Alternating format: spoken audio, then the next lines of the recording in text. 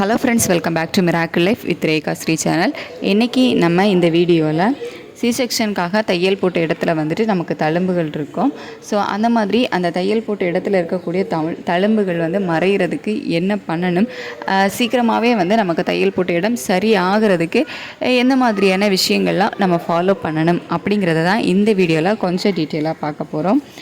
நமக்கு இந்த செக்ஷன் அப்படிங்கிறது மோஸ்ட் ஆஃப் த பெண்களுக்கு, அதாவது நிறைய பேருக்கு பார்த்திங்க அப்படின்னா இதுதான் ஃபஸ்ட் ஆப்ரேஷன், மேஜர் ஆப்ரேஷனாக வந்து இருக்கும்.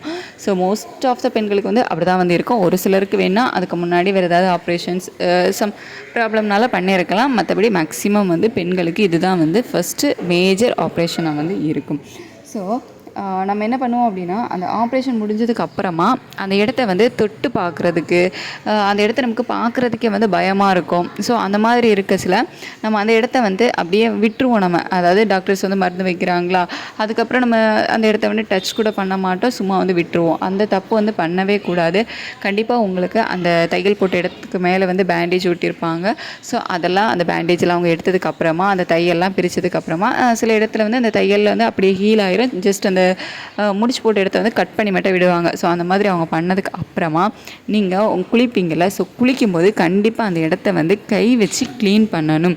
ஏன்னா அந்த இடத்துல சில டஸ்ட்டுகள் இருக்கிறதுக்கு வாய்ப்புகள் இருக்குது. ஸோ அந்த மாதிரி டஸ்ட் ஏதாவது இருந்துச்சு, நீங்கள் ஒழுங்காக க்ளீன் பண்ணலை அப்படின்னா புண்ணு வரதுக்கு வாய்ப்புகள் இருக்குது, ஏதாவது இன்ஃபெக்ஷன் வரதுக்கு வாய்ப்புகள் இருக்குது.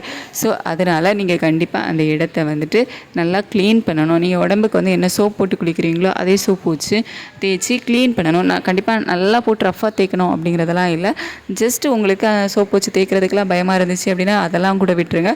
ஜஸ்ட்டு வாட்டர் வச்சு நல்லா அந்த இடத்த வந்து க்ளீன் பண்ணுங்கள்.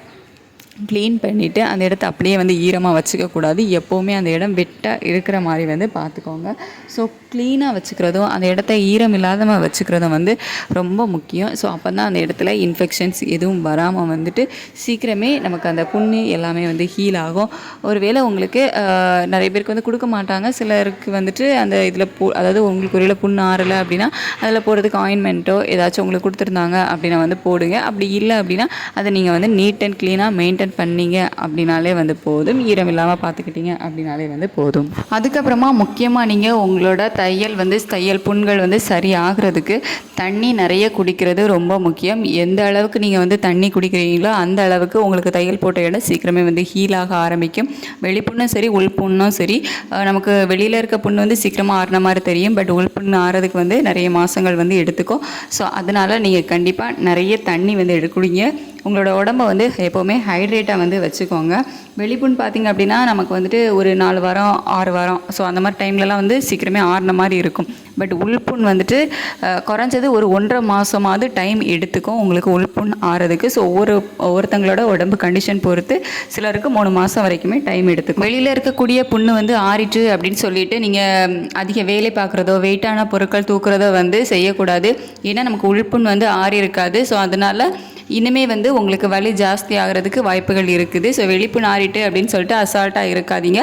உங்களுக்கு உள்புண் ஆறதுக்கு குறைஞ்சது 1.5 மாதமாவது டைம் எடுத்துக்கோ. ஸோ கவனமாக வந்து இருங்க. அதிகமாக வெயிட்டான பொருட்கள் வந்து தூக்காதீங்க.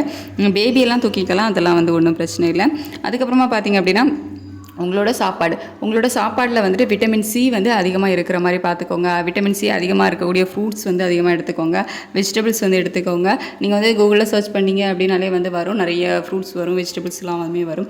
அந்த மாதிரி விட்டமின் சி எந்த இதிலலாம் அதிகமாக இருக்குது அப்படிங்கிறத பார்த்து அந்த மாதிரியான ஃப்ரூட்ஸ் அண்ட் வெஜிடபிள்ஸ் வந்து எடுத்துக்கோங்க உங்களோட உணவில். அதுக்கப்புறமா உங்களுக்கு வந்து உங்களோட ப்ரெக்னென்சி டைமில் தைராய்டு இருந்துச்சு, சுகர் இருந்துச்சு அப்படின்னா அதெல்லாம் வந்து கண்ட்ரோலில் வந்துடுச்சா, சரியாகிடுச்சா அப்படிங்கிறத பாருங்கள். ஸோ அதுக்கு நீங்கள் என்ன ப்ராப்பராக ஃபாலோ பண்ணணும், எப்படி கண்ட்ரோலாக வச்சுக்கணும் அப்படிங்கிறத பார்த்து அதையும் வந்து கண்ட்ரோலில் வச்சுக்கோங்க. ஏன்னா அதெல்லாம் வந்துட்டு இன்னுமே அதிகமாச்சுது அப்படின்னா நமக்கு அந்த தையல் வந்து சரியாகிறதுக்கு டைம் எடுத்துக்கும், அது வந்து ஹீல் ஆகிறதுக்கு. ஸோ இதெல்லாம் வந்து நீங்கள் கரெக்டாக ஃபாலோ பண்ணிங்க அப்படின்னா செக்ஷன் பண்ண இடத்துல வரக்கூடிய அந்த ஸ்கேர் வந்து சரியாகிடும். ஸோ சீக்கிரமாகவே உங்களோட சிசேரியன் ஸ்கேரை வந்து சரி பண்ணணும் அப்படின்னா நான் இப்போ சொன்ன இல்லை அந்த விஷயங்கள்லாம் கரெக்டாக வந்து ஃபாலோ பண்ணுங்கள். அந்த தையல் போட்ட இடத்த வந்து க்ளீன் அண்ட் வெட்டாக வச்சுக்கோங்க. தண்ணி நிறைய குடிங்க. விட்டமின் சி அதிகமாக இருக்கக்கூடிய உணவுகள் வந்து எடுத்துக்கோங்க. தைராய்டு சுகர்லாம் இருந்துச்சு அப்படின்னா கண்ட்ரோலில் வச்சுக்கோங்க. ஸோ இந்த மாதிரி விஷயங்கள்லாம் நீங்கள் பண்ணும்போது சீக்கிரமே வந்து அது எல்லாமே ஹீல் ஆகிடும். அதுக்கப்புறமா அந்த தையல் தழும்பு மறைகிறதுக்கு என்ன பண்ணணும் அப்படிங்கிறத நான் நெக்ஸ்ட் வீடியோவில் உங்களுக்கு நான் ஷேர் பண்ணுறேன். இந்த வீடியோ உங்களுக்கு யூஸ்ஃபுல்லாக இருந்திருக்கும் அப்படின்னு நினைக்கிறேன். ஏதாவது சஜஷன் இருந்துச்சு அப்படின்னா கீழே கமெண்ட்டில் வந்து சொல்லுங்கள். இந்த வீடியோவில் நேரம் பொறுமையாக பார்த்ததுக்கு தேங்க்யூ ஸோ மச்.